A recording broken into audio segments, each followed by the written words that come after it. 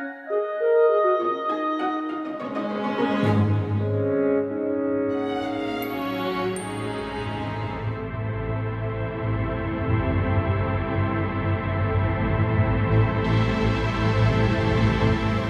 historia detrás de Cristo. Capítulo 1. El mito del nacimiento virginal de Yeshua. Emet, palabra hebrea que en castellano es verdad, compuesta por 3 letras, Aleph, Mem y Tav.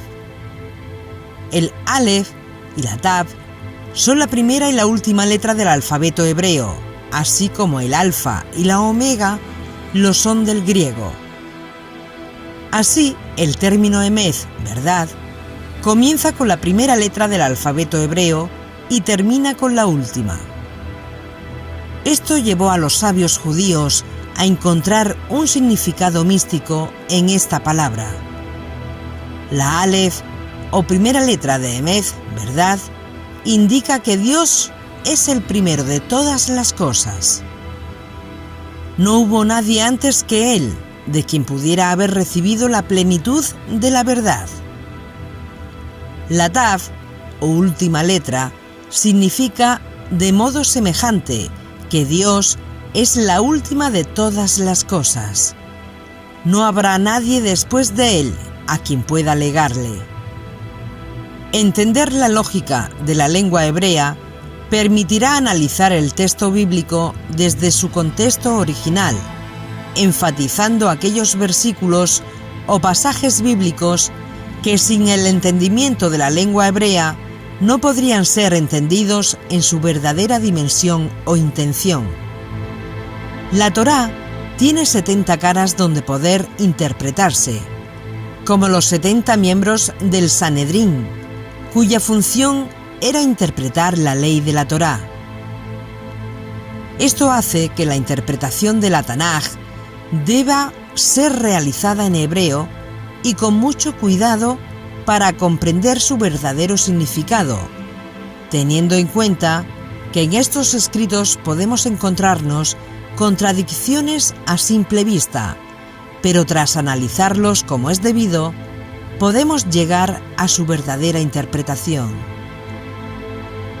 En el documental previo, ¿por qué los cristianos no aceptan a Jesucristo?, establecimos la base de las traducciones y las reinterpretaciones del judaísmo y el cristianismo primitivo, y dejamos en el aire una serie de cuestiones que daremos respuesta en esta nueva serie documental, llamada La historia detrás de Cristo. Muchas personas tienen la creencia en Dios o Jesús de Nazaret. Otras muchas son ateas, agnósticas o creen en otras creencias. Pero lo que aquí tratamos es esclarecer la base de una de las religiones monoteístas más antiguas del mundo, por lo que recomendamos seguir viendo lo que aquí expondremos para conocer la historia de lo que comúnmente conocemos como el cristianismo y cómo de un Yeshua judío, seguidor de la Torá, se convirtió en el Jesús, niño Dios, y de cómo sus enseñanzas, con los años, se convirtieron en una mezcla de paganismo y filosofía helenista. Ningún filólogo e historiador serio niega la existencia real de Jesús de Nazaret. Fue una persona que realmente existió y como maestro de Torá enseñó su correcta interpretación hasta que pasados muchos años su mensaje se fue desvirtuando. En este primer capítulo comenzaremos con una pregunta básica, pero al mismo tiempo llena de complejidad. ¿Es bíblica la teoría del nacimiento virginal de Yeshua? Comenzamos esta serie con este tema, que es muy sensitivo y tiene el potencial de herir sentimientos y creencias de muchos, de al menos más de 1.000 millones de personas cristianas que creen apasionadamente en la teoría o doctrina del nacimiento virginal. Nuestra intención no es herir a nadie. Tampoco exponemos este tema para dañar las sensibilidades religiosas de ninguna persona, pero al mismo tiempo consideramos el deber de decir y enseñar la verdad, y como la verdad nos viene por esas mismas escrituras bien interpretadas. El propósito de este estudio documental es intentar conocer la verdad, sin importar dónde la verdad nos lleve, y no importa lo que tengamos que dejar por seguir la verdad, porque solamente cuando se encuentra la verdad, se encuentra la luz. Cuando uno comprende esto, se llega a una posición donde nunca, bajo ningún concepto, se sacrifica la verdad. La verdad no es algo subjetivo, porque en ese caso, la opinión de cada uno de nosotros sería su verdad. La verdad es algo bien objetivo, y es una sola, por simple definición. Por lo tanto, no pueden existir dos o varias verdades, porque eso simplemente es una interpretación de la verdad. Sin embargo, la mentira se manifiesta de muchas maneras, pero la verdad es una sola y no cambia ni muta. Analizando la Tanaj o Biblia, sobre el caso que tratamos, la verdad es una, el Dios único y verdadero, Hashem, su Torá, Mashiach. Y si una persona sigue al Mesías verdadero, se va a encontrar con sus enseñanzas verdaderas y por ende al Dios verdadero. Pero, ¿por qué? Porque el Eterno, la Torá y el Mesías es una ejad. Están indisolublemente unidos. Así que la intención de este documental es exponer una hipótesis en busca de la verdad histórica de aquel siglo, pero sin herir a nadie. El nacimiento virginal de Jesucristo es una teoría doctrinal cristiana y no judía, y es el fundamento mismo del cristianismo como religión universal, porque para la teología cristiana, negar el nacimiento virginal significa negar la vida sin pecado del Mesías. Significaría negar la suficiencia de su muerte expiatoria y significaría, en síntesis, negar toda la Biblia. Con la mira de que puedan comprender todo lo que exponemos, habrá ocasiones en que nos refiramos a conceptos cristianos y usaremos el mismo lenguaje que aparece en la teología cristiana, para seguidamente exponer el lenguaje de la casa de Israel. Siguiendo este principio, desde el punto de vista del cristianismo, si Jesús no nació virginalmente, no puede ser el Salvador de los hombres. No calificaría para ser el Salvador de los hombres. Y esto explica porque si no se cree en el nacimiento virginal de Jesús, es catalogado inmediatamente como una persona hereje y corre el riesgo de excomunión de su iglesia. Porque en la opinión de los teólogos cristianos, una persona que piense que Jesús no nació virginalmente estaría destruyendo la fuente misma del cristianismo. La gran mayoría de comunidades judías creyentes en Yeshua como Mesías, que son emergentes hoy día y son el retorno masivo de las ovejas perdidas de la casa de Israel, provienen del cristianismo.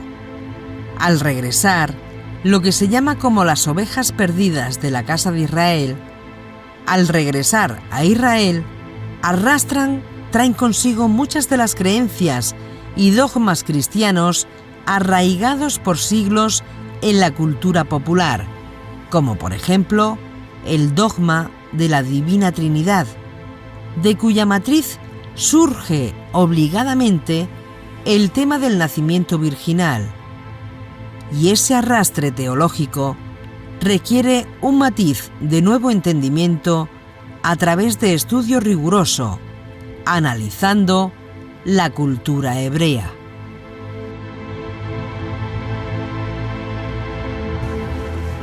La base de datos que tenemos son la Torá, los profetas, el Tanaj y además de eso, el Nuevo Testamento, que podríamos decir que está bien o medianamente bien, pero la interpretación de esa base de datos es lo que hace la diferencia.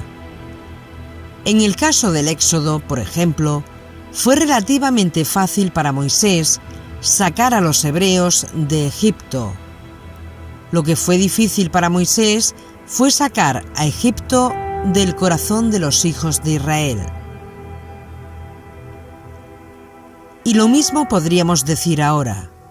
En comparación con lo último, es relativamente fácil salir de Roma. Lo difícil es sacar a Roma de las costumbres heredadas. Vamos a comenzar desde un punto básico e importante para comprender todo sobre lo cual se basa la teología cristiana.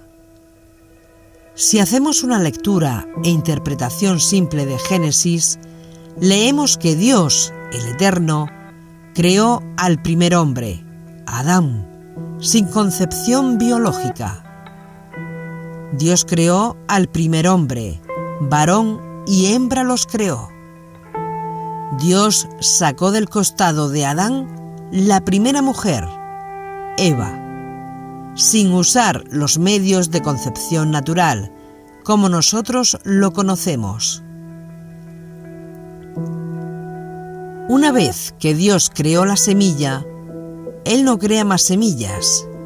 En otras palabras, cuando Dios creó a Adán y a Eva, Dios decidió que todos los seres humanos que vienen al mundo lo sean ahora por medios naturales, a través del sexo. Dios no juega a los dados, como decía Albert Einstein. Dios no juega a hacer milagros.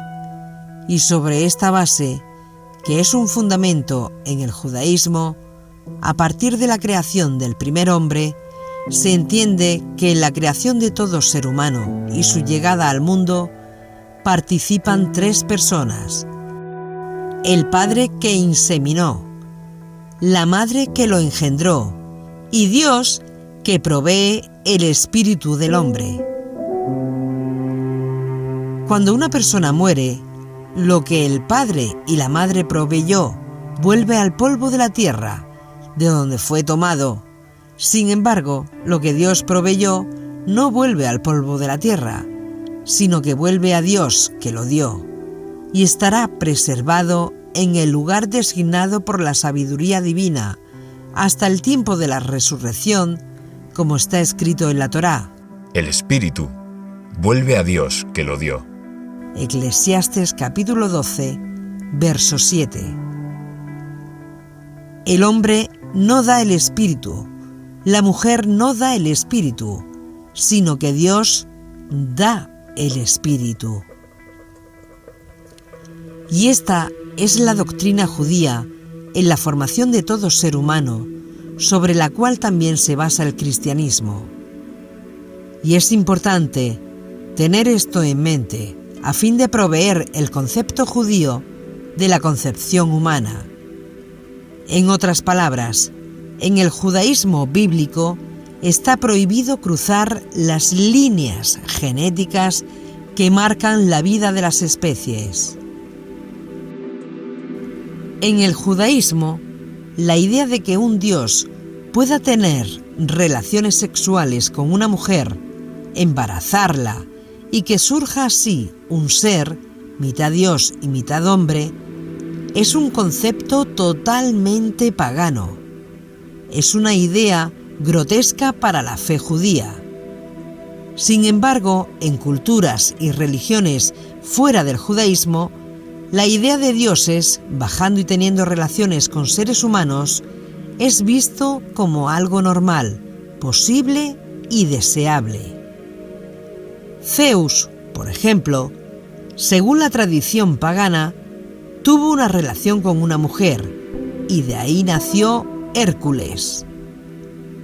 Pero eso es en la mitología y son conceptos fuera de Israel.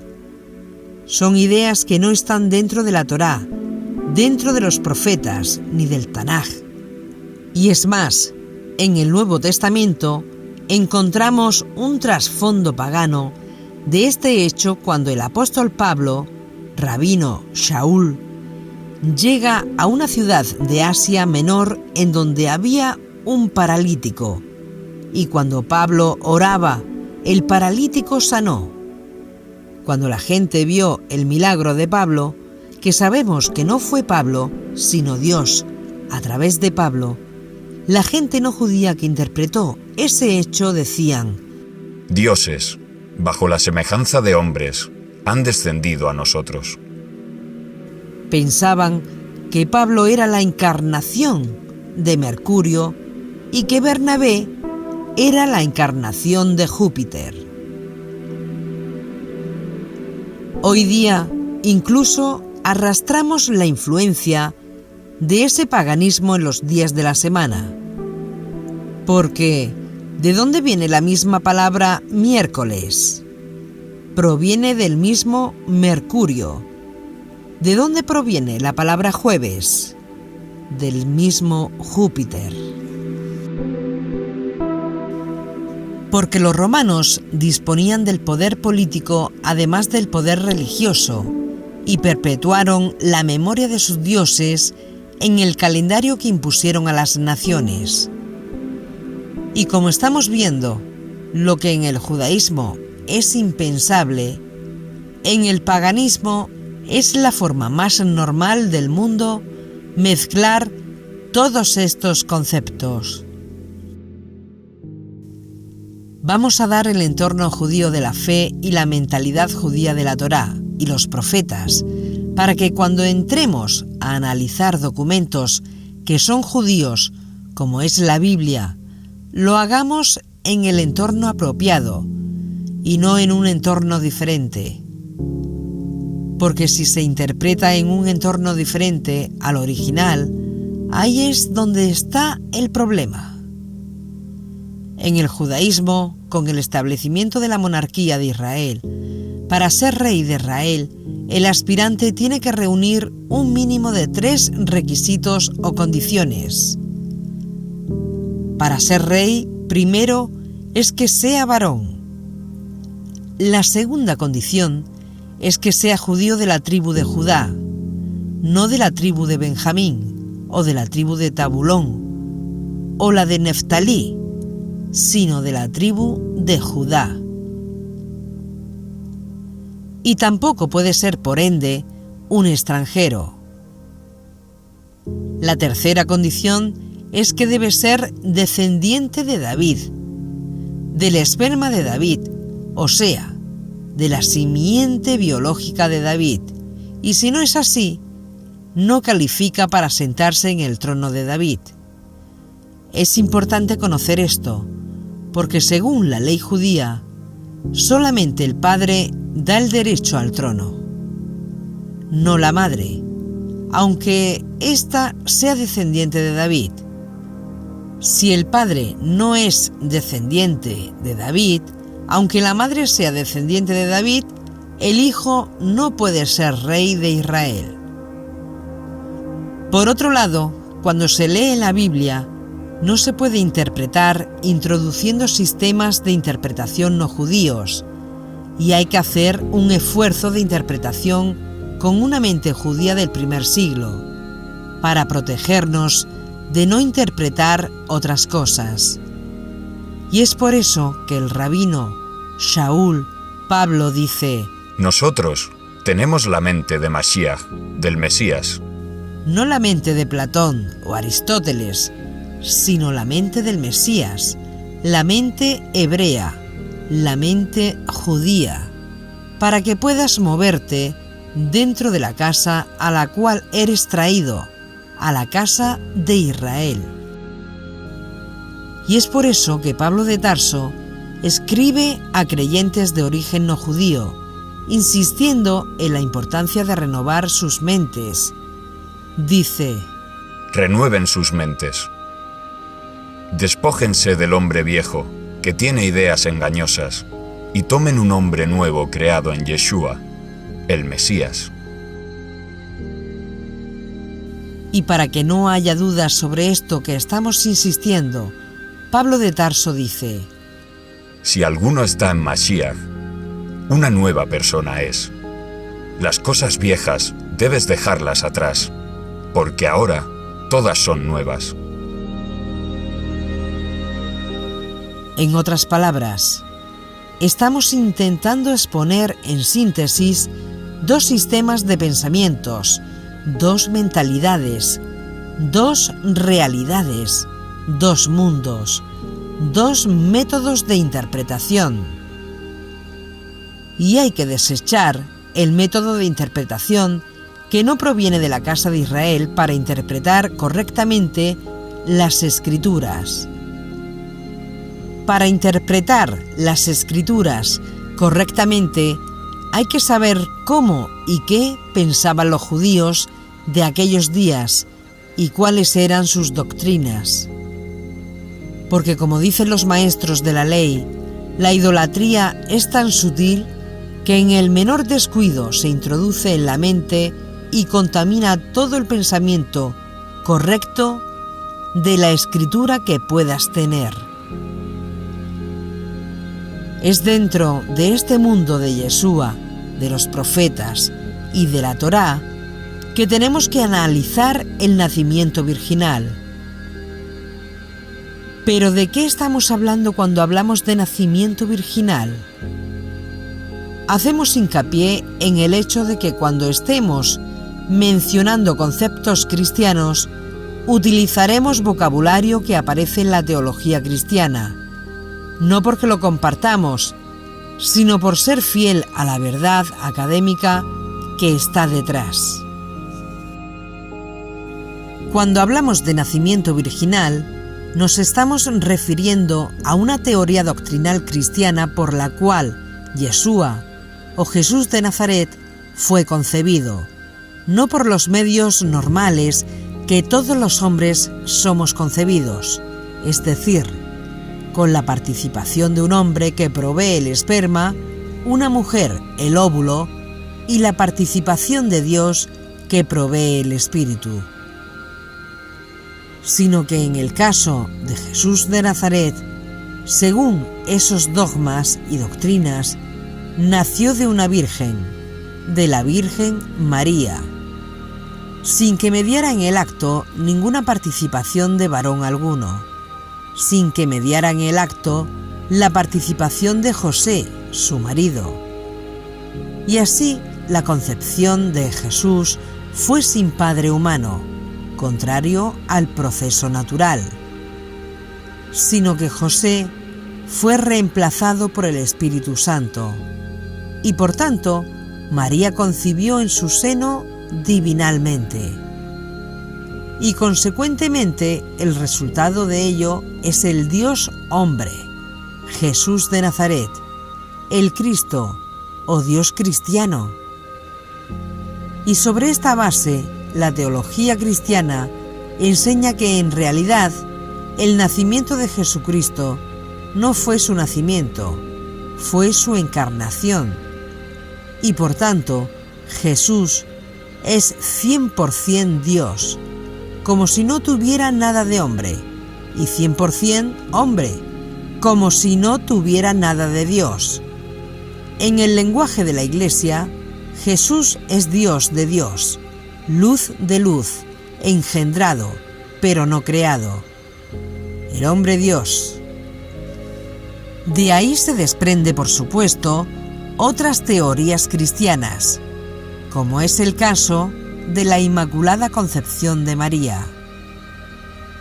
porque se preguntan los teólogos cristianos, ¿cómo podría el Espíritu Santo tener relación o acercamiento con una mujer pecadora como el resto de las mujeres, siendo precisamente Espíritu Santo? Entonces la Iglesia crea otro dogma, el dogma de la Inmaculada Concepción, que establece que María cuando nació milagrosamente como una diosa, pues una gracia especial de Dios se derramó sobre ella cuando fue concebida, para que no tuviera ningún tipo de pecado y por lo tanto, María fue preservada del pecado original, siendo entonces, por definición, una mujer pura, santa y perfecta.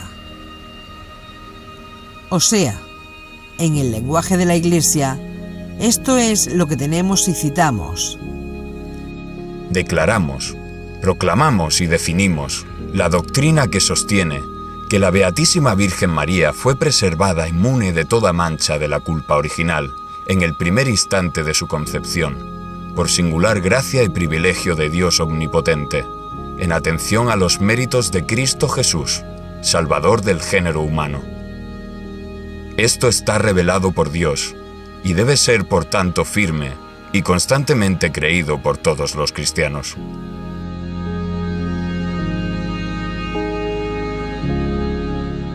La influencia de esta doctrina en la cultura hispana fue y es tan fuerte que aún hoy día, en pleno siglo XXI, existen cristianos que supuestamente ya han salido o no practican el catolicismo, pero continúan con sus tradiciones. Una vez introducido el dogma de la Inmaculada Concepción, la Iglesia establece el siguiente dogma: María es la Madre de Dios. Y es lógico según el punto de vista pagano y cristiano, porque si Jesús es 100% Dios, como afirma el dogma, entonces María es la Madre de Dios, porque concibió al Dios Jesús en su vientre, por obra y gracia del Espíritu Santo. Entonces, la Iglesia enseña más cosas, que María es corredentora, mediadora y receptora de las oraciones de los devotos en la tierra. Y eso explica por qué en la teología católica el culto a María y el rezo a María es parte integral de su liturgia. Y sintetizando, el rezo a María busca que alcancemos humildad, caridad, perseverancia en el bien, tener la habilidad de orar, una vida buena y una santa muerte. Pero, ¿quién no quiere esto? ¿Quién puede cuestionar esto?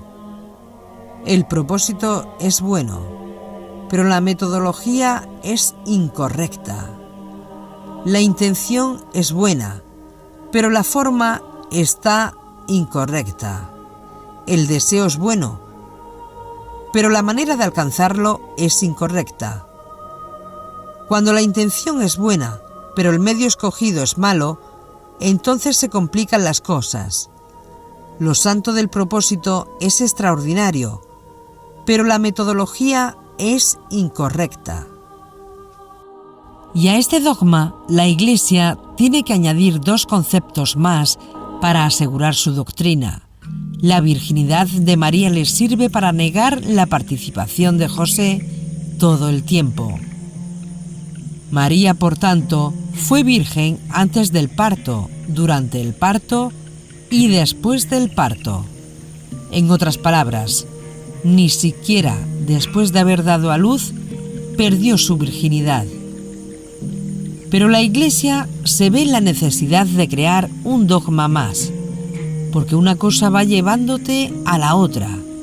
Se vieron obligados a crear otro dogma más, como fue la Asunción de María. Es decir, por cuanto ella fue concebida sin pecado y vivió sin pecado, y nunca se contaminó por el pecado. Cuando murió, ella fue resucitada inmediatamente por Dios y fue llevada al cielo en cuerpo y alma. De tal manera que ella es la madre de la humanidad en el cielo y está dispuesta en ayudarnos en todo lo que le pidamos. Y entonces viene otra piedra más, en modo festivo, el 8 de diciembre, el día de la Inmaculada Concepción. Aquí hacemos un paréntesis para exponer que según el judaísmo de Jesús de Nazaret y la Torá, el pecado es muerte, y por ese motivo entra la muerte al mundo y todo pecador, o sea, todo hombre debe morir por ser pecador. ¿Cómo explicamos, según la teología cristiana, que siendo María Inmaculada sin mancha ni pecado el motivo de su muerte? ¿Por qué murió María si, según la teología cristiana, ella no incurrió nunca en ningún pecado? Son preguntas sin una respuesta que hacen entrar en una espiral sin sentido. De todos estos conceptos y dogmas surge el concepto del nacimiento virginal en la teología católica. Observa que todo esto es algo extraño a Israel o al judaísmo y está fuera de las fronteras teológicas de Israel. La Iglesia Católica usa la base de datos judía, pero interpretada totalmente fuera del judaísmo. La Reforma Protestante del siglo XVI causó un fuerte golpe a todas estas teorías, cuando Martín Lutero coloca sus famosas 95 tesis y dice: La Iglesia está mal en todo esto y hay que corregirlo. Y cuando observó que los obispos, los cardenales y el propio Papa no querían corregirlo, se separó de la Iglesia, creando así una rama cristiana como la rama protestante. Y de esa rama protestante salió después todas las sectas evangélicas que provienen de ese mismo tronco. Muchas de las desviaciones de la Iglesia Madre han intentado corregirse, pero al fin y al cabo, en sustancia, son la misma cosa, porque la Reforma no cambió la Iglesia, la dividió. Y creó más iglesias, pero con el mismo ADN que la Madre. No hay cristiano, católico, protestante o evangélico que niegue el nacimiento virginal. Niegan la Asunción de María, niegan la Inmaculada Concepción de María, pero hay de aquel cristiano que se atreva a tocar el nacimiento virginal. Porque eso es el fundamento del cristianismo, sea católico, protestante o evangélico. Como este documental no tiene el propósito de polemizar, sino solamente conocer la verdad, vamos a tratar de no dañar sensibilidades. Por unos momentos, vamos a posicionarnos en el pensamiento teológico cristiano, porque ellos mismos son víctimas de la tradición. Hay una lógica doctrinal en la posición cristiana sobre el nacimiento virginal. Para un cristiano, si Jesús no nació por obra y gracia del Espíritu Santo, sin la intervención de José, entonces Jesús no es libre del pecado original, que se transmite sexualmente de padres a hijos. Y si Jesús fue concebido en pecado, como todos los hombres que nacen, entonces, lógicamente, no puede salvar a ningún hombre, porque él mismo requeriría salvación. Esa es la lógica cristiana. Con la mira de proteger al Salvador, se creó el dogma del nacimiento virginal. Tratemos de entender la lógica cristiana. Si el Cristo católico nació de un padre humano, entonces no es el Hijo de Dios. Eso es lo que la teología cristiana dice. Si Jesús no nació de padre humano, entonces no puede ser el Hijo de Dios. Y como el ángel le dijo a María, y efectivamente está escrito en el libro de Lucas, será llamado Hijo de Dios. Entonces, lógicamente, si hubiese tenido padre humano, hubiese sido hijo del hombre, como cualquiera de nosotros, pero nunca Dios manifestado en carne. De ahí se deduce que si el Cristo católico tuvo como padre a José o a otro hombre, entonces no puede ser el Salvador. Según el cristianismo, el padre transmite el pecado original y, por tanto, si una mujer concibe de un hombre el niño que nazca de ahí, viene ya marcado con el pecado original. Entonces, con la mira de salvar a Jesús del pecado original, Dios permitió que José no participara en la formación de Jesús, sino que lo reemplazó por el Espíritu Santo. Y debido a esto, Jesús fue concebido sin pecado y nacido sin pecado. Y solamente así tiene méritos para salvar a los hombres pecadores. Y como fue concebido por el Espíritu Santo, es Dios, como si no tuviera nada de hombre. Pero como nació de mujer, es hombre como si no tuviera nada de Dios. Esta es la posición cristiana aproximada, ya sea católica, protestante o evangélica. Ambas teologías se resumen en una sola declaración: el Cristo cristiano es hijo de Dios, nacido de mujer, pero no de hombre.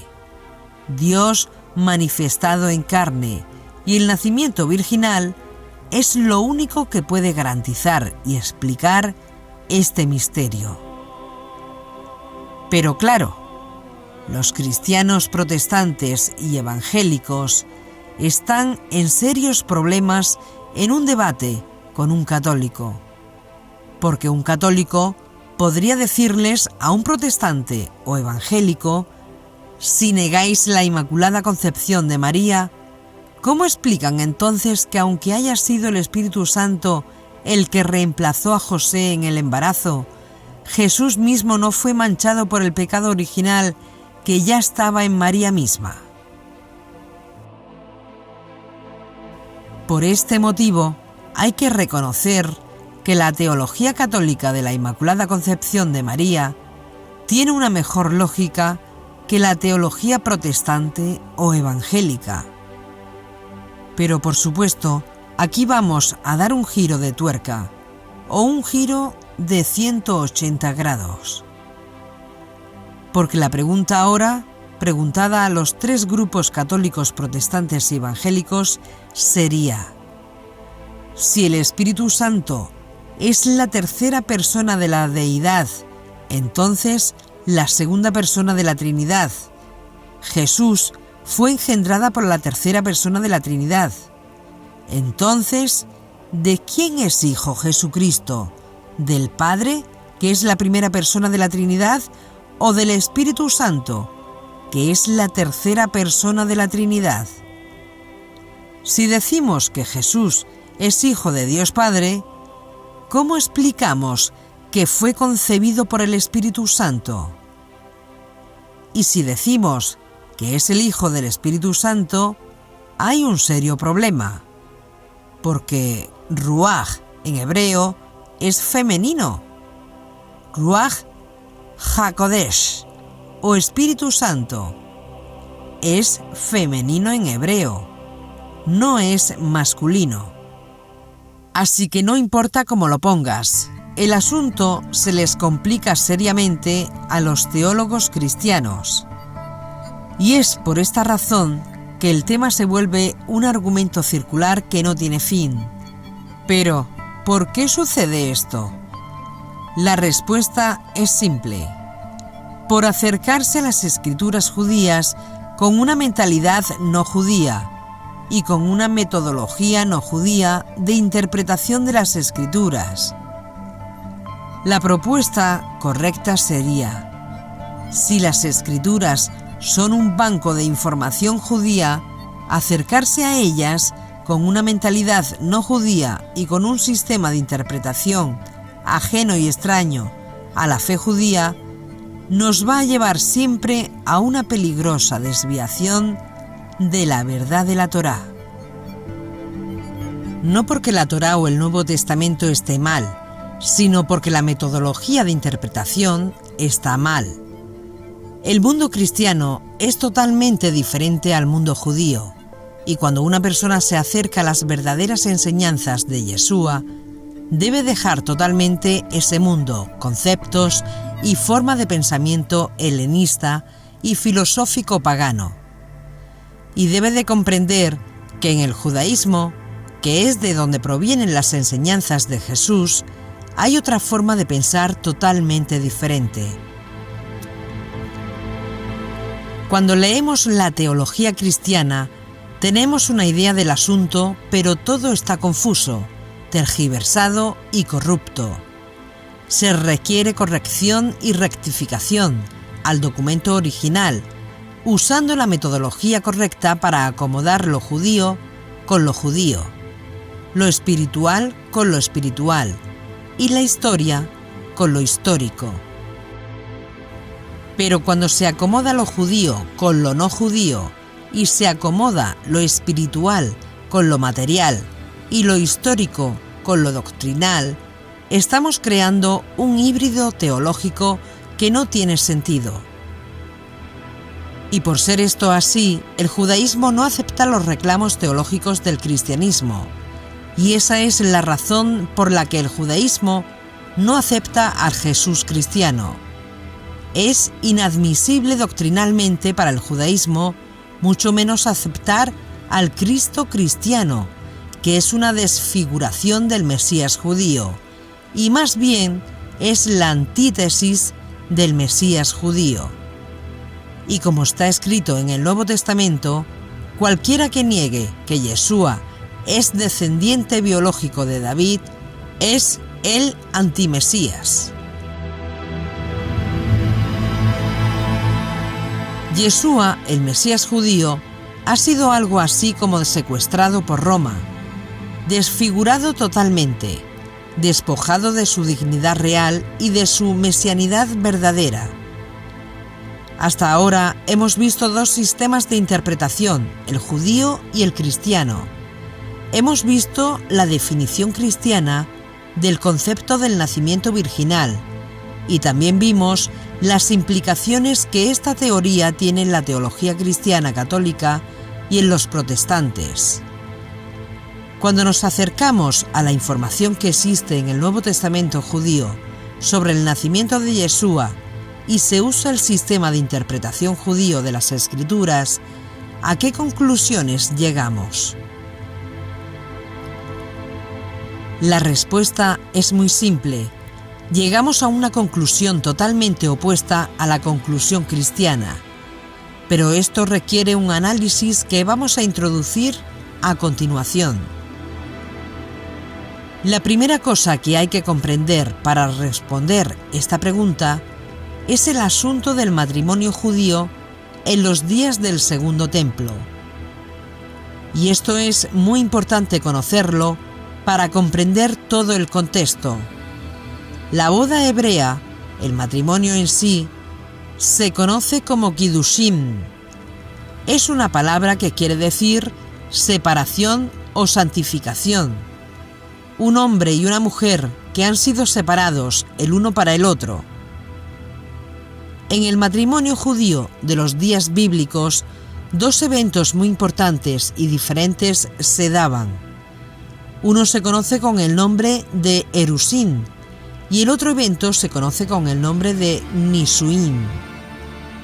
Erusín es lo que en las traducciones se ha colocado como desposorio, y Nisuín, la traducción que nos daría una idea aproximada de lo que significa, es noviazgo.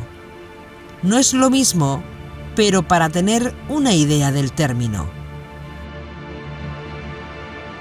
Por ejemplo, en Jeremías capítulo 2, verso 2, dice: Ve y proclama a oídos de Jerusalén, que así dice el Señor.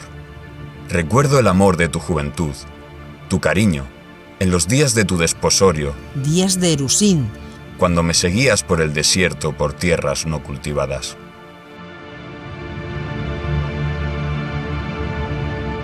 Erusín quiere decir contrato matrimonial, noviazgo judío en los días bíblicos, y el segundo evento, Nisuín, es probablemente lo que podríamos llamar como la boda.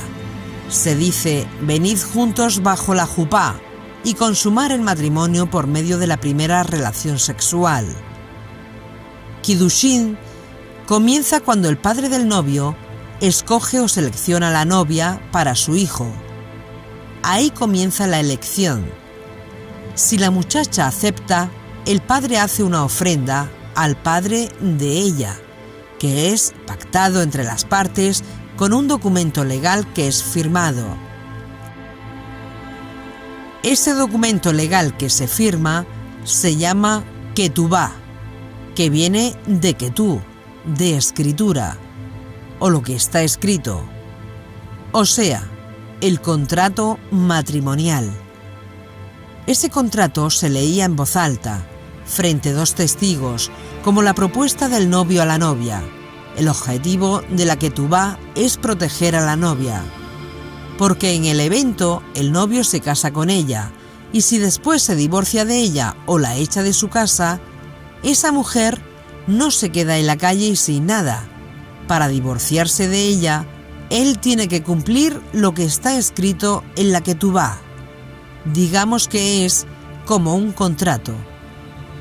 Es importante conocer estos datos que se daban en los años del Segundo Templo para interpretar correctamente las escrituras. El padre de la novia tiene la ketubá y el novio tiene que pagar para adquirir la ketubá y el derecho a casarse con esa mujer. Una vez que se cumplen esos requisitos, se firma el contrato y ella pasa a ser separada para él y él separado para ella. Pero todavía no viven juntos, aunque ya son considerados marido y mujer legalmente. Él viviendo en su casa y ella en la suya, separadamente. Mientras dura el erusín, durante ese tiempo, ese desposorio, la responsabilidad de la novia es preparar el ajuar de boda. Y la responsabilidad del novio es preparar la casa a donde va a llevar a la novia para consumar el matrimonio. Generalmente no se veían en el intermedio, pero el novio, la costumbre era que le enviara regalos o donativos a la novia para ayudarla a preparar el ajuar de boda. Cuando las personas enviadas por la novia a llevar los preparativos iban, normalmente esos regalos se hacían de noche. ¿Y esos mensajeros cómo sabían dónde estaba la novia? Pues la novia dejaba una luz encendida en el cuarto donde estaba. Con esa luz, ella decía, yo estoy aquí. No podía apagar la lámpara. Tenía que tener la luz encendida para que los mensajeros supieran dónde ella estaba y de este modo entregarle los regalos que enviaba el novio. Tenían que esperar en ese estado hasta que llegara Nisuín, la fiesta de bodas, para consumar el matrimonio. Según la Mishnah, que es un documento muy antiguo en el tratado Ketubot, precisamente el tiempo de espera entre un evento erusín y Nisuín era aproximadamente de 1 año. Desde el primer momento de compromiso, cualquier violación de la ketubá o pacto matrimonial era considerado adulterio y penado severamente.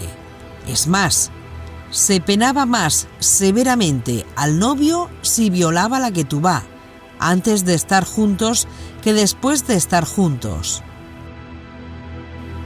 Ese desposorio, ese erusín, o equivalente al noviazgo en nuestra cultura, era el estado en el que se encontraban Yosef y Miriam, los padres de Yeshua. Ellos vivían separados en casas distintas y esperaban el momento de consumar el matrimonio bajo la jupá. El desposorio en los días del Segundo Templo, aunque parecido, es un poco diferente a lo que ahora conocemos como noviazgo. En otras palabras, no se puede tomar las costumbres actuales de noviazgo y aplicarlas a las relaciones matrimoniales de aquellos años, porque son dos mundos diferentes. Hoy día, el noviazgo es para que la pareja se conozca, pasar los ratos juntos y, si hay acuerdo, se casan. Pero en los días del Segundo Templo, las cosas no eran así. Un hombre tenía la obligación de tener un oficio porque la pregunta que iba a hacer el suegro era la forma que iba a tener de sostener a su hija. Y la segunda cosa era que tenía que construir o tener casa propia, o al menos un cuarto matrimonial donde llevarla. Como estos dos conceptos, erusín y nisuín, que se da en tiempos separados y en eventos distintos, el primero legalizaba la relación y el segundo consumaba la relación. Se tienen que conocer perfectamente a la hora de interpretar correctamente la Torá o el Nuevo Testamento. Otra cosa muy importante de conocer es la forma que tiene un varón de adquirir esposa en el judaísmo, en los días bíblicos. La ley judía establece 3 formas o maneras que un judío tiene de adquirir esposa. Primero, por ketubá o contrato matrimonial, como ya vimos. La segunda forma era por dote. Si no había una ketubá, era por dote o una prenda de alto valor dada por el pretendiente y debía ser aceptada por la mujer. Y la tercera forma, por si por alguna de las otras 2 no se daba, era por relación sexual. Cuando la mujer era virgen, no desposada, y ella consentía en la relación con la intención de formar una familia. En otras palabras, si en ciertas circunstancias, y todo esto es legal, el novio, siendo mayor de edad, recibía autoridad para consumar el matrimonio o decidía hacerlo, por razones de mayor peso, podía prescindir de la ketubá y de la jupá, y de esa manera se consideraban esposo y esposa. Esto se puede dar en muchas circunstancias, por ejemplo, en estado de guerra, donde no hay tiempo de hacer una boda. Se daba autoridad a los novios. Les dicen, únanse y consuman el matrimonio para ser marido y mujer. Vamos a presentar otro concepto más, para ver el entorno de lo que estamos tratando. El concepto de virgen. Una cosa es virgen en el mundo no judío y otra cosa es virgen en el mundo judío de aquellos mismos días. Cuando se llega a la escritura y nos encontramos con el concepto de virgen, alma, se debe interpretar bajo lo que ese término significa en el mundo hebreo y judío. Porque si interpretamos el concepto de virgen en un contexto no judío, vamos a llegar a conclusiones diferentes. Por ejemplo, en el mundo no judío estaban las vírgenes santas. Las vírgenes santas eran prostitutas. ¿Quiénes eran en el mundo no judío de la época bíblica las vírgenes santas? Eran las prostitutas sagradas que estaban en los templos paganos y parte de la liturgia del templo era tener relaciones sexuales frente a un dios pagano. Cuando llegaban los hombres a tener sus liturgias y encuentros con sus dioses, buscaban una virgen santa o una prostituta sagrada y la distinguían por no tener cabello o estar rapadas totalmente. De hecho, en el Nuevo Testamento se tiene mención de esto cuando Pablo dice: Las mujeres no se corten el pelo, porque es deshonroso para ellas que se corten el pelo. Pero dentro de aquellos años y aquel contexto.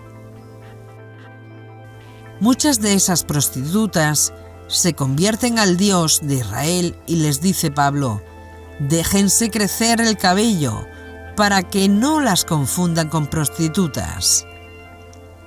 Aunque ese requisito era para aquella época, pues hoy día una prostituta no se identifica por el pelo rapado. Y del mismo modo, una virgen santa no se aplica al entorno judío, pues son cosas totalmente diferentes. Dice la teología cristiana: María es virgen antes, durante y después del nacimiento de Jesús, queriendo decir con esto que Jesús nació sin intervención de un varón. No solamente que José no participó en el acto de su embarazo, sino que Jesús no rompió el himen cuando ella parió. ¿Cómo lo explica la teología católica? Jesús pasó por el himen como el rayo por un cristal, que lo atraviesa sin romperlo. Pero no se explica físicamente, sino que es un misterio creerlo. Y no solamente eso, sino que José nunca tuvo relaciones conyugales con su esposa, ni siquiera después. Pero claro, la teología reformada niega todo eso y ya lo sabemos. Pero en el lenguaje, virgen se utilizaba de una forma muy diferente al concepto hebreo. Virgen no es una palabra hebrea, es una traducción del griego, partenos, y partenos es una traducción de 3 palabras hebreas diferentes. Una es alma, otra es betulá y otra es naará. Las 3 se han traducido como partenos y partenos siempre se traduce como virgen.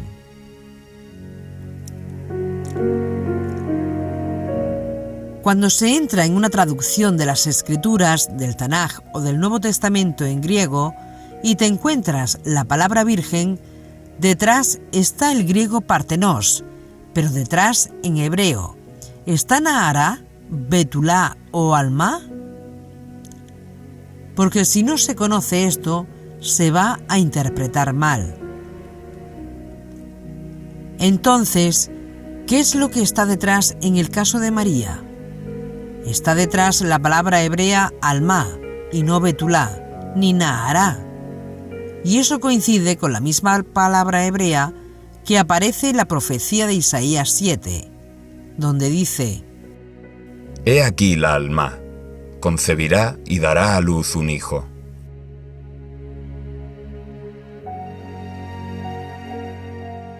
Entonces, ¿qué significa virgen en el mundo judío?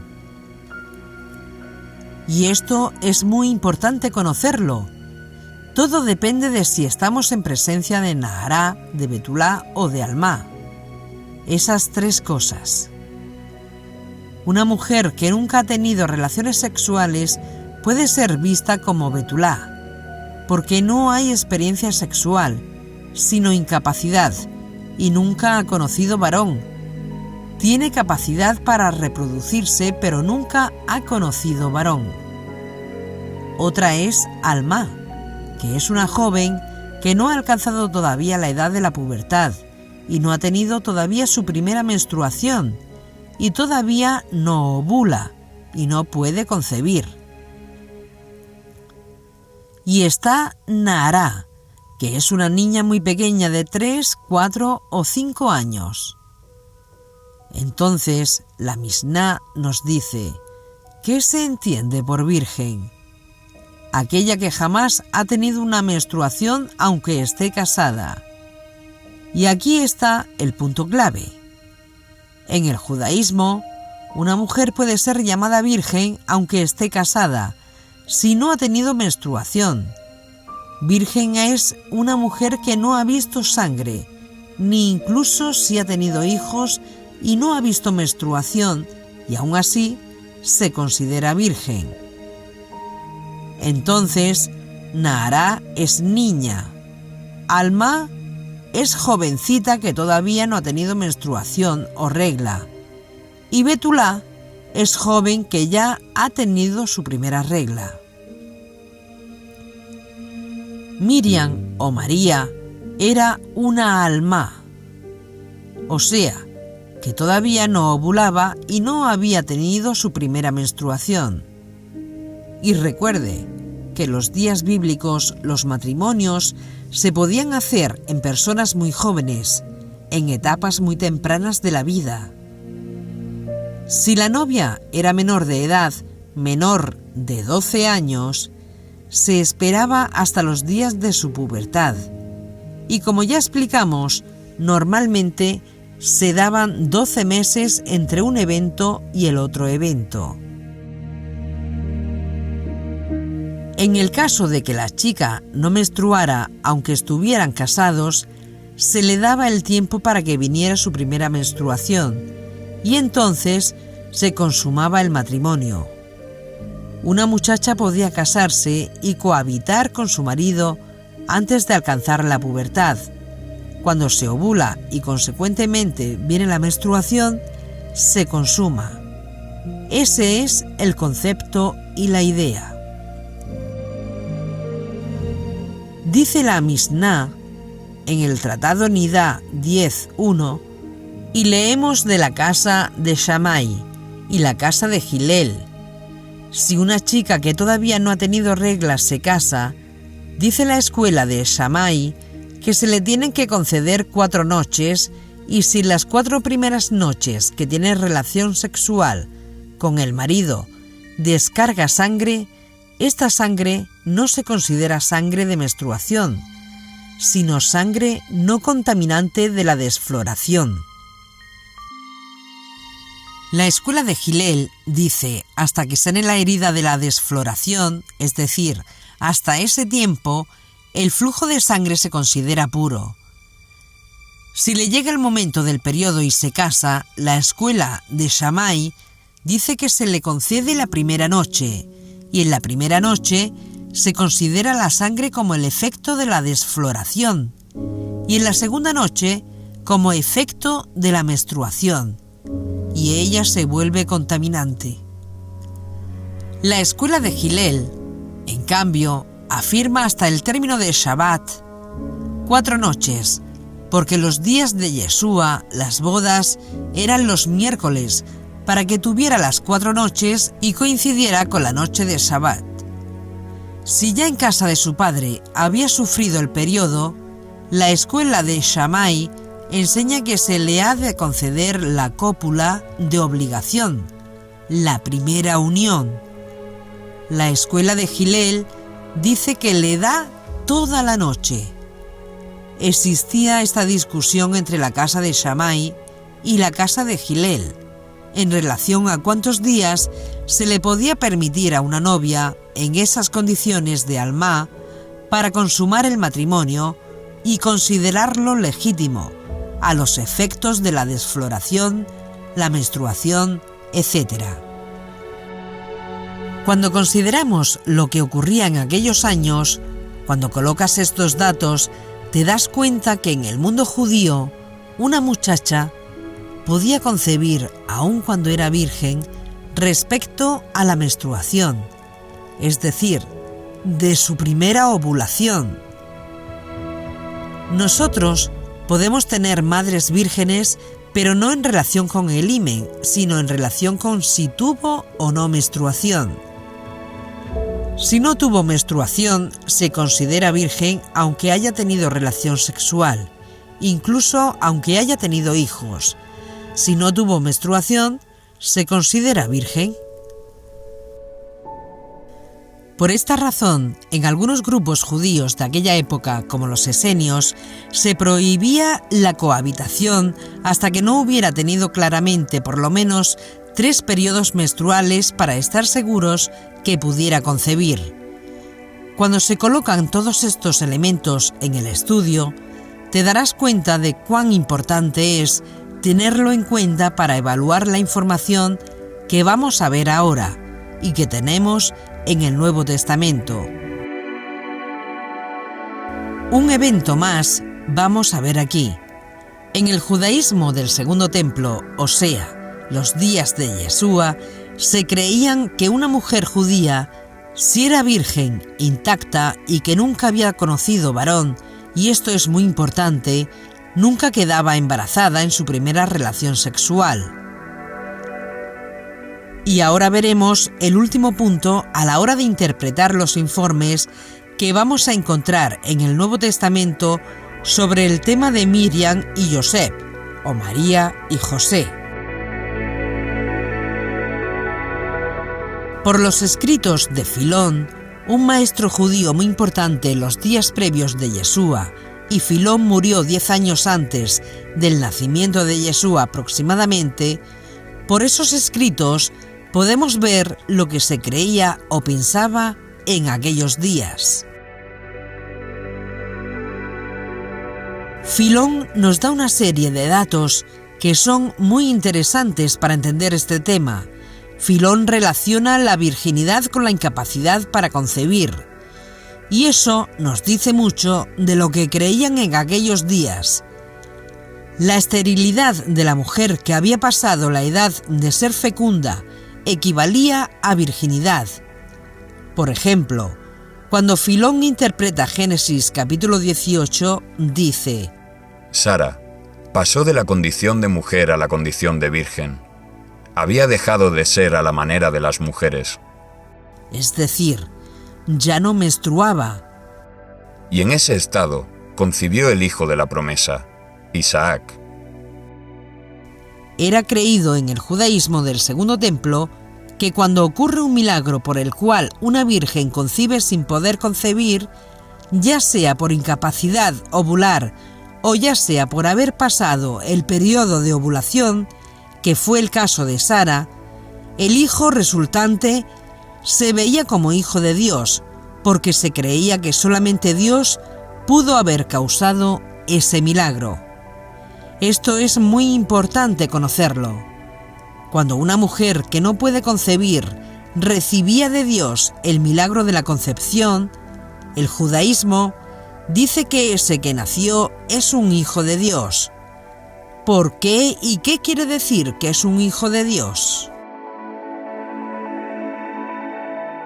Quiere decir que Dios le hizo el milagro para abrirle la matriz a esa mujer, pero con todo lo que conlleva un embarazo, o sea, que el marido tuvo que haber tenido relación sexual previa al embarazo, naturalmente.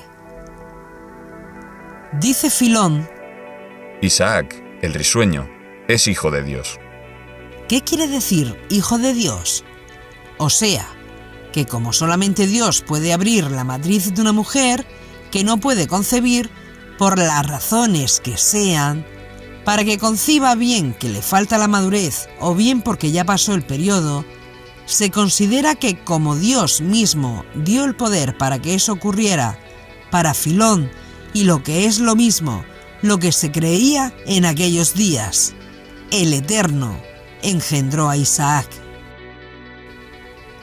No literalmente, por supuesto, sino figuradamente por honor del milagro. En el judaísmo del Segundo Templo, el hijo nacido por un milagro de Dios se veía como hijo de Dios. Entonces, cuando el ángel le dice a María o Miriam, su nombre hebreo, será llamado hijo de Dios. ¿Qué es lo que quiere decir? Pues depende de cómo lo interpretes, vas a llegar a una conclusión o a otra. Si lo interpretas como una mente romana, vas a llegar a la conclusión católica, y si lo interpretas como realmente fue comprendido en aquella época, o sea, una mentalidad judía, que es de donde nacieron todos estos conceptos, vas a llegar a una conclusión totalmente diferente a la romana. Vamos a interpretarlo con una mente judía. El ser que nacerá de ti será llamado Hijo de Dios. En otras palabras, esto viene a expresar que solamente por la intervención milagrosa de Dios, este nacimiento va a poder ocurrir, como también fue el otro caso de Sara, que solamente por la intervención de Dios pudo concebir de forma milagrosa una vez que ya no tenía periodo o regla. Por tanto, Lo que el Nuevo Testamento nos dice en relación al nacimiento de Yeshua es que hubo una intervención milagrosa de Dios y por tanto estamos en presencia de un nacimiento sobrenatural, es decir, un nacimiento natural que fue causado sobrenaturalmente, no contrario a la naturaleza. Sobrenatural no quiere decir contrario a la naturaleza. En ningún momento, ni en el Tanaj ni en el Nuevo Testamento, se niegan los nacimientos sobrenaturales. Isaac nació sobrenaturalmente, sobre la matriz ya cerrada de su madre Sara. Yosef nació sobrenaturalmente de la matriz cerrada de Raquel. Sansón nació sobrenaturalmente de la matriz cerrada de su madre Hazelelponi. Samuel también nació sobrenaturalmente de su madre Hana. En todos estos casos, ninguna mujer podía ya concebir. Dios intervino y un milagro tuvo lugar, pero hubo relación sexual cada mujer con sus respectivos maridos. Y estos hijos fueron llamados hijos de Dios. Entonces, desde el punto de vista del judaísmo, cuando una mujer que no puede concebir por las razones que sean y Dios interviene para que ocurra el milagro, para que pueda concebir, se considera que esos que nacen son hijos de Dios, es decir, vienen al mundo a cumplir una misión única y extraordinaria, y por cuanto fue Dios el que causó ese milagro, el judaísmo lo expresa diciendo: fue engendrado por Dios. Y no en sentido pagano, sino en sentido figurado, como ya hemos explicado. En ningún momento se está negando lo extraordinario de la concepción. Lo que se está cuestionando es el modo de interpretar ese milagro de la intervención divina. Porque si le aplicas la metodología romana en el caso de Yeshua, llegas a una conclusión, y esa es la metodología cristiana, pero si le aplicas la metodología judía, llegas a otra conclusión, llegas a la teología judía. El resultado de ambas teologías es evidente. La teología judía revela al mundo el Mesías judío. La teología cristiana revela al mundo un Mesías no judío, un Mesías romano que no tiene nada de judío y que es la antítesis del judaísmo. Y lamentablemente fue una de las figuras más antisemita de toda la historia, y se apoyó en esas doctrinas en nombre de ese Jesús romano, y a consecuencia de esto se han producido los más terribles crímenes sobre el pueblo judío. Los datos que nos da el Nuevo Testamento es válido para todos, pero la interpretación es lo que produce resultados diferentes. Aquí no se niega lo sobrenatural de la concepción de Yeshua, pero la interpretación y la conclusión teológica es totalmente diferente porque no aplicamos un sistema romano de interpretación a la información que tenemos en el Nuevo Testamento. ¿Qué hacemos? Seguimos la pauta del Antiguo Testamento, es decir, de la Torá, y tomamos las cosas como son en el judaísmo, cuando Dios interviene por un lado, pero sin negar la intervención de un padre biológico, de manera que se siga el curso natural establecido por Dios, pero de una forma sobrenatural, como está demostrado en la cantidad de casos de mujeres de la Escritura que no podían concebir y concibieron por la intervención milagrosa de Dios, haciéndolas fecundas. Lo mismo ocurre con el caso de Yeshua. Dios intervino sobrenaturalmente y aquí está el punto, para causar que una niña que no ovulaba creara en su vientre y se formara en su vientre un óvulo especial, sin contaminación ninguna, para que cuando la semilla de David, que Yosef depositaría en su seno, la concepción tuviera lugar y el hijo que naciera fuese visto como hijo de Dios, según el concepto judío de hijo de Dios que hemos explicado. Entonces, un hijo así sería visto con los ojos judíos como engendrado por Dios, es decir, por un acto sobrenatural de Dios, nada que ver con el concepto católico del nacimiento virginal. Y esto es, precisamente, el informe que tenemos en el Nuevo Testamento. En Marcos, que es el primer masoreta que nosotros tenemos desde el capítulo 1, leemos de arriba a abajo y no dice absolutamente nada del nacimiento de Yeshua. La pregunta es, ¿por qué no se menciona en Marcos? ¿Cómo Marcos había guardado silencio ante algo tan extraordinario como nos quiere hacer creer la Iglesia? Es decir, para Marcos, entendiéndolo con mentalidad hebrea de entonces, lo normal era que Yeshua tuviera un padre humano y por eso ni una sola vez menciona el nacimiento de Yeshua. Era lo normal, nació como nacen todos los hombres. No hay nada diferente aquí. Si no hubiera tenido un padre humano, sería algo tan extraordinario que uno se explica cómo Marcos no iba a mencionar un hecho así.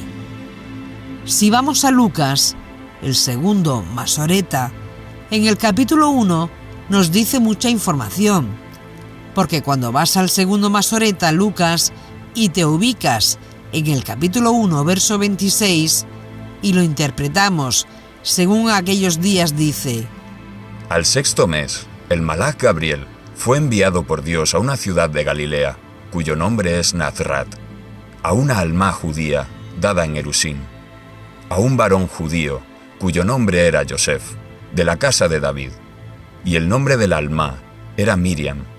Y entrando donde la muchacha se encontraba, le dijo: Shalom a ti, escogida, Hashem está contigo. Ella se turbó de gran manera por tan especial saludo, y se preguntaba a sí misma qué clase de bendición sería esta. Pero el mensajero celestial le dijo: No temas, Miriam, porque hallaste gracia delante de Dios. He aquí, concebirás en tu seno y darás a luz un hijo, y le llamarás Yeshua.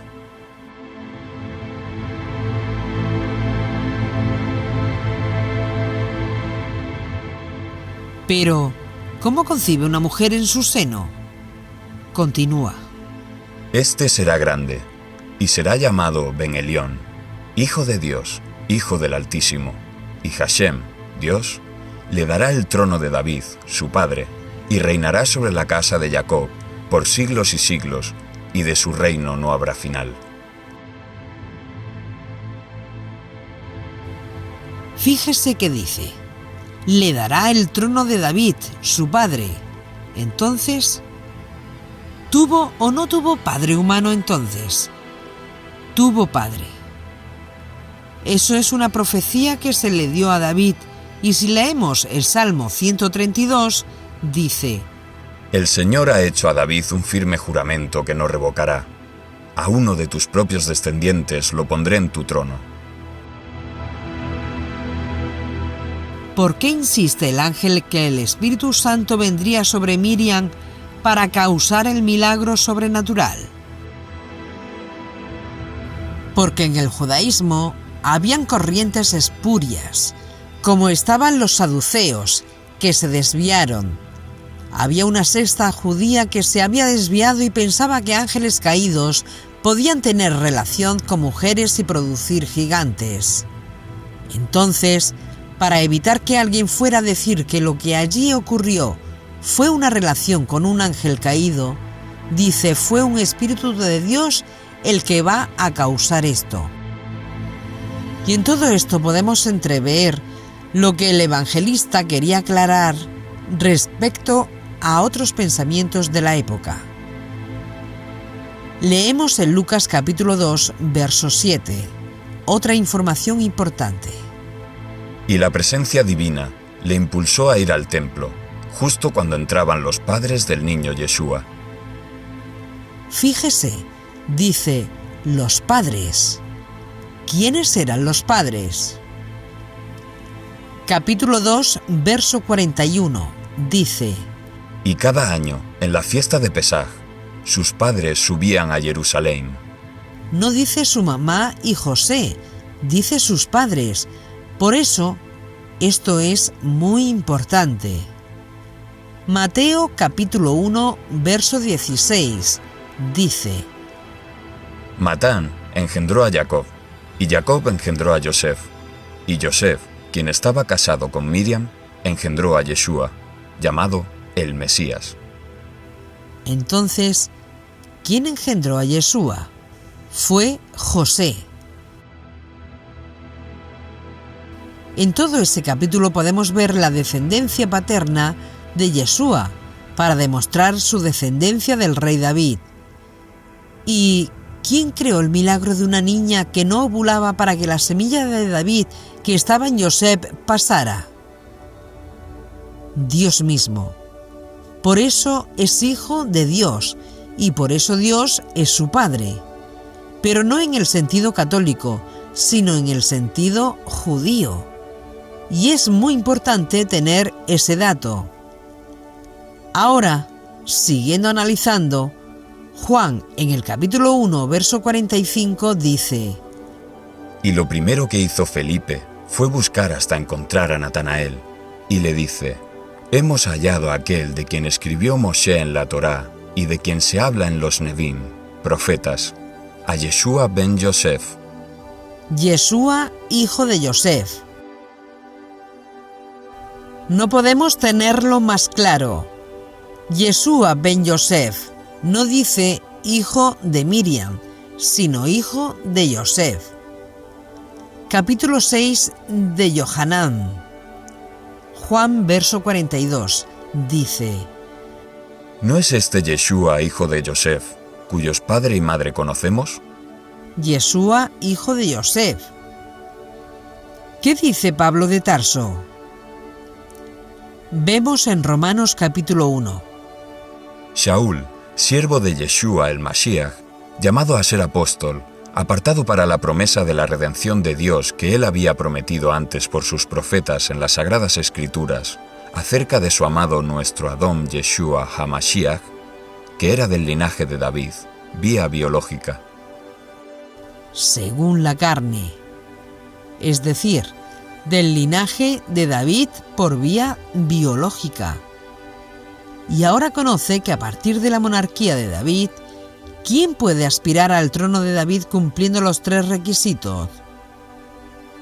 Puede ser rey de Israel, siendo judío, ser un varón y ser descendiente de David por vía paterna. Si David no es el padre, no califica para ser Mesías.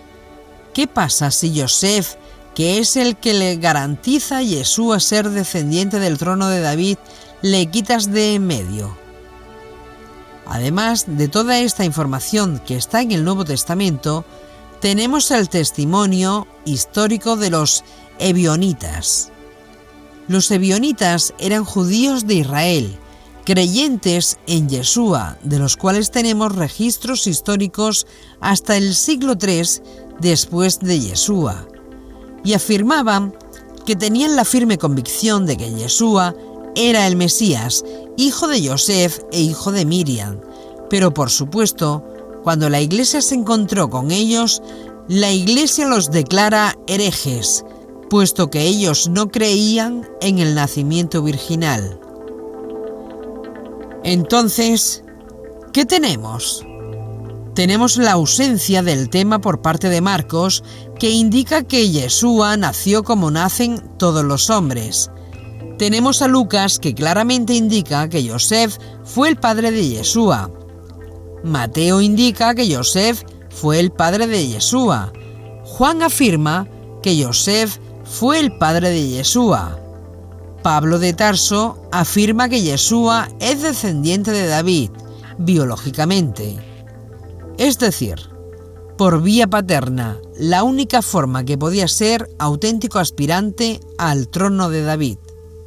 Y el testimonio de los ebionitas que afirman que Joseph y Miriam fueron los padres de Yeshua. Cuando a eso añades manipulaciones, interpolaciones cristianas en los textos de Mateo y Lucas para intentar borrar la paternidad de Yeshua, entonces te encuentras cuál era la creencia original. Al poner toda esta información junta y dentro del entorno judío del tema que nos ocupa y le aplicamos la metodología judía de interpretación de los mismos, una sola conclusión es posible. Yosef o José fue el padre humano de Yeshua, y eso no afecta para nada la mesianidad de Yeshua. En otras palabras, el gran milagro no estuvo en la ausencia de Yosef, sino en el hecho de que una joven judía que no ovulaba fue capacitada por Dios de forma sobrenatural mediante la creación de un óvulo singular para concebir al Hijo de David, al Mesías de Israel. Yeshua nace de forma natural como hacemos todos, pero él se mantuvo sin pecado durante toda su vida. Expuesto a todos tipos de tentaciones comunes a todos los hombres, pero sin fallar una sola vez, de acuerdo a los preceptos de la Torá.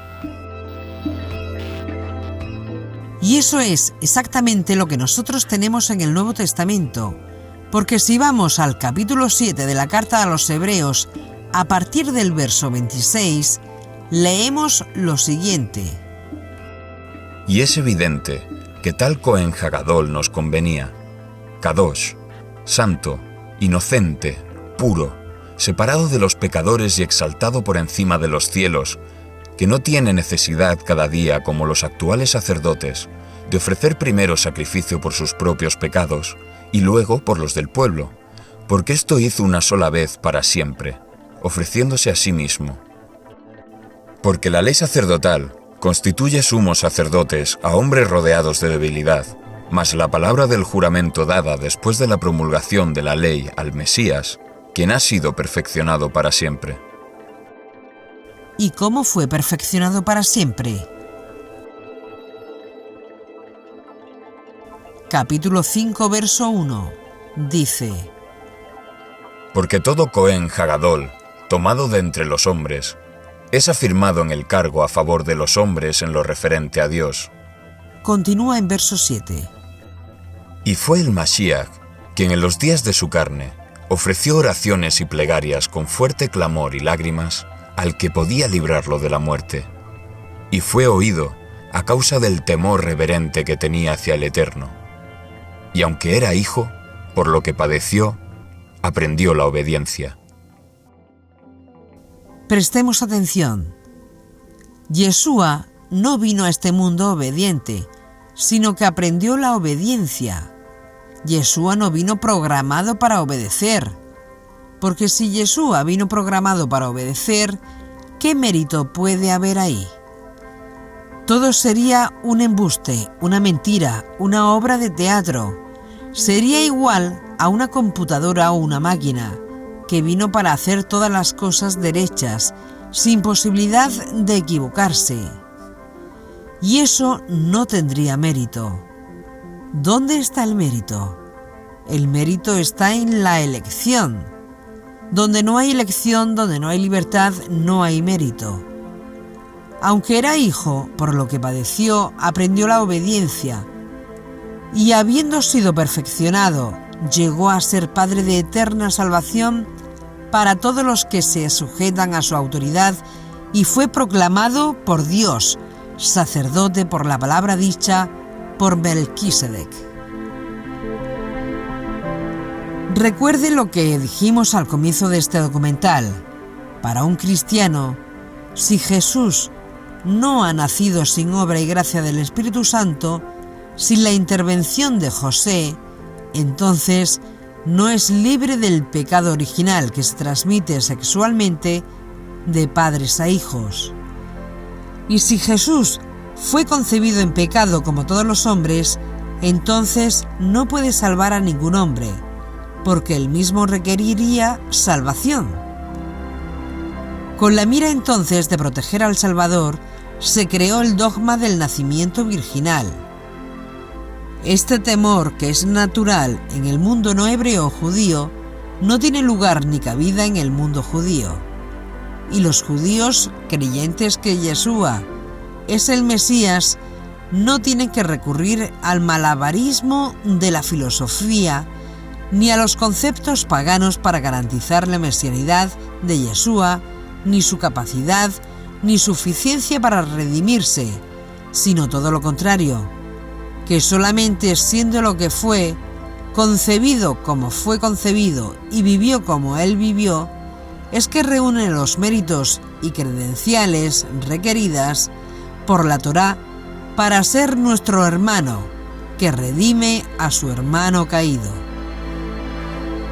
Y la demostración acabada de ello es que después de haber finalizado su obra, Dios mismo le dio autoridad para destruir el poder de la muerte mediante su resurrección, primero y constitución oficial como Hijo de Dios, el Rey de Israel, el justo Mesías. Pero, ¿qué fue lo que ocurrió después de la muerte, resurrección y ocultamiento del Mesías para establecer sus enseñanzas en lo que hoy conocemos oficialmente como el cristianismo?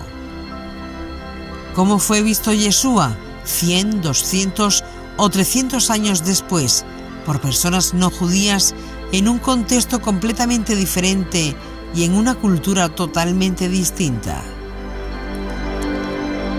¿Qué diferencia hay entre el Yeshua del cual hablamos y el Jesús cristiano que surge luego en los concilios ecuménicos, varios siglos después de Yeshua?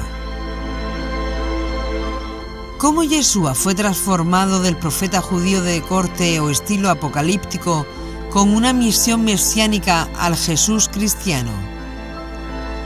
¿Cómo fue transformado en un Dios de Dios, en luz de luz, verdadero Dios de verdadero Dios, engendrado pero no creado de una misma sustancia con el Padre, como reza en el Concilio de Nicea?